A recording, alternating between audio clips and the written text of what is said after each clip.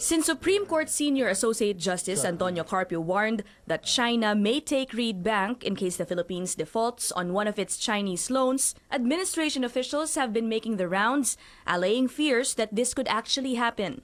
Finance officials stress there is no provision in the contract pertaining to the $62 million Chico River Dam project that will force the Philippines to surrender any territorial asset to China.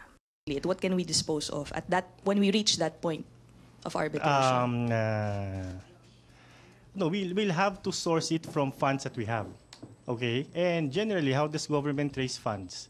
They issue bonds, or they take out loans. Maybe some shares which government owns in some private corporation. Maybe, So maybe they can go after that. A provision in the contract allows China to ask for so-called patrimonial assets in case arbitration proves that the Philippines refuses to pay its loan. Patrimonial assets are government assets dedicated for commercial benefit. In the case of Reed Bank, finance officials say only oil and gas produced there could be considered patrimonial assets. A recent statement from Carpio appears to agree with this. He says the Oil and Exploration Development Act of 1972 proclaims that oil and gas produced under a service contract that will allow these products to be sold, as in the case of Reed Bank, are considered as patrimonial assets. The Department of Finance takes this to mean that Reed Bank itself is not.